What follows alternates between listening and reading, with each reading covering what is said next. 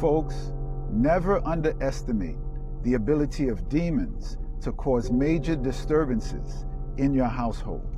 They can attack your marriage, your relationship with your spouse, your relationship with your kids. Even your pets aren't immune to the negative effects of satanic works, as you guys will hear in this next story. This next account comes from a doctor by the name of Richard Gallagher. Now guys, keep in mind, this man is a board-certified psychiatrist. He studied at Yale University. He's a professor at New York Medical College in psychiatry, and he's also on the faculty at Columbia University.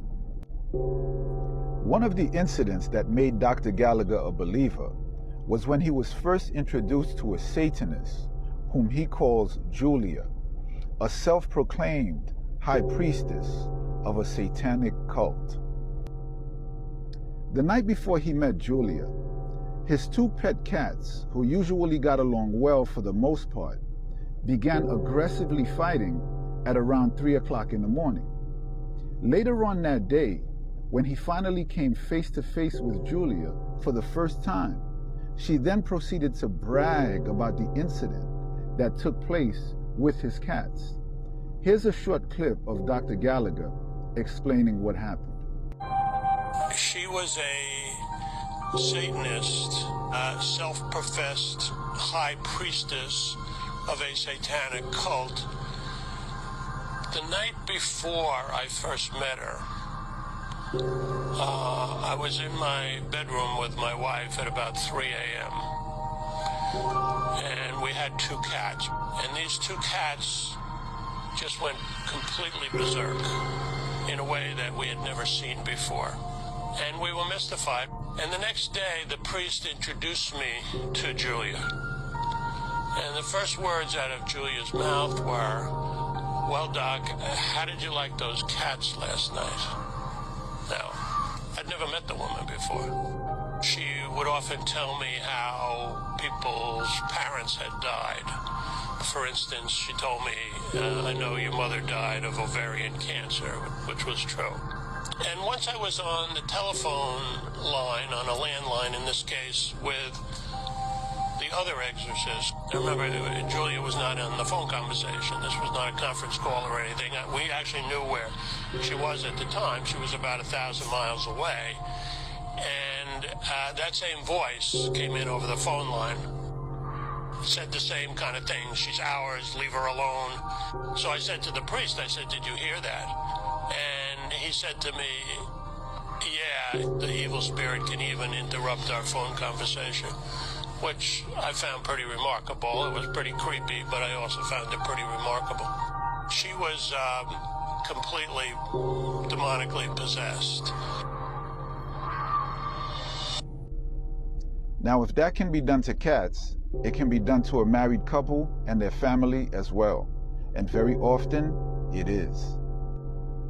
In another incident, Julia demonstrated to Dr. Gallagher her ability to remote view, a phenomenon which the CIA experimented with extensively. This one is very important also because it shows that the demon doesn't have to be fully manifesting on the individual in order for that person to display some of the abilities of the entity. The person can appear to be completely normal, yet still be under demonic possession. Here's another clip of Dr. Gallagher explaining that occurrence. Paranormal people who believe in the paranormal, they write about something called, they write about clairvoyance, they write about something they call remote viewing. In other words, the ability of certain psychic people to be able to see things at a distance. And Julia told me she could do that. And so, it was one day where she told me she was seeing the other exorcist. This was such a traumatic case. She had two exorcists. And I knew this guy, very well, this other exorcist. He was a big, tough guy. He was an ex-Marine. He's deceased now, but, he was very often threatened by Satanists. He said he actually carried a gun. although he was allowed to carry a gun. The police loved this guy. And he said, he told me, he said, really, Rich, I'm never going to use it.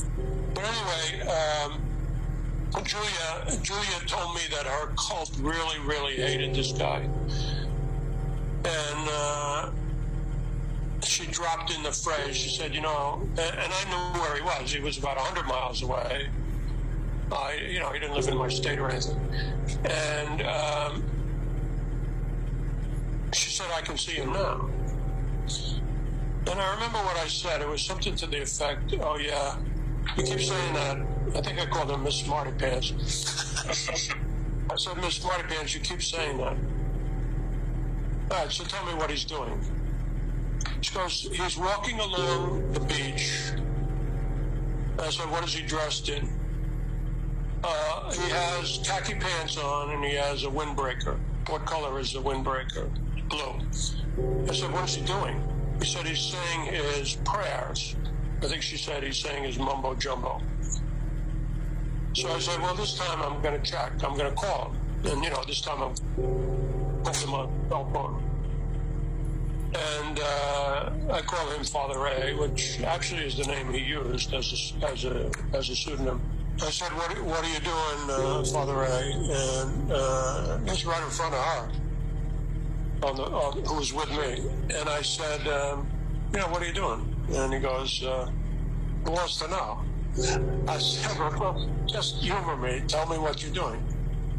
He said, well, usually I'm in my residence by this point, and, but today I decided I'd, take a little drive and go to the beach, go to the shore.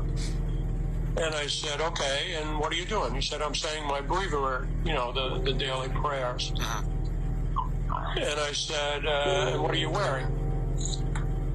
He said, Rich, I know what's going on. You're talking to Julia, right? I said, yeah. I said, just humor me. What are you wearing? He said, well, I dug out my khakis. It's a little cold where I am now, so windy. So I have my windbreaker on.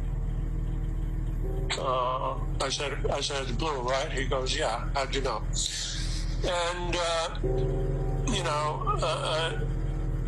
Julia's listening into this whole conversation, and she has, again, this smug look on her face. See, I told you so. So she was the real deal. She was a Satanist. She had a horrible possession.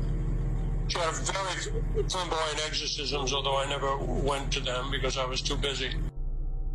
In another incident, Dr. Gallagher was asked to evaluate a woman who stated that she was being physically attacked by evil spirits.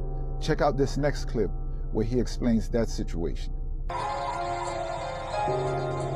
went into my conversation with this priest a little on the skeptical side, and somewhat to my surprise, he liked that. He said, well, if we didn't think you were skeptical, Dr. Gallagher, we wouldn't have wanted to use you.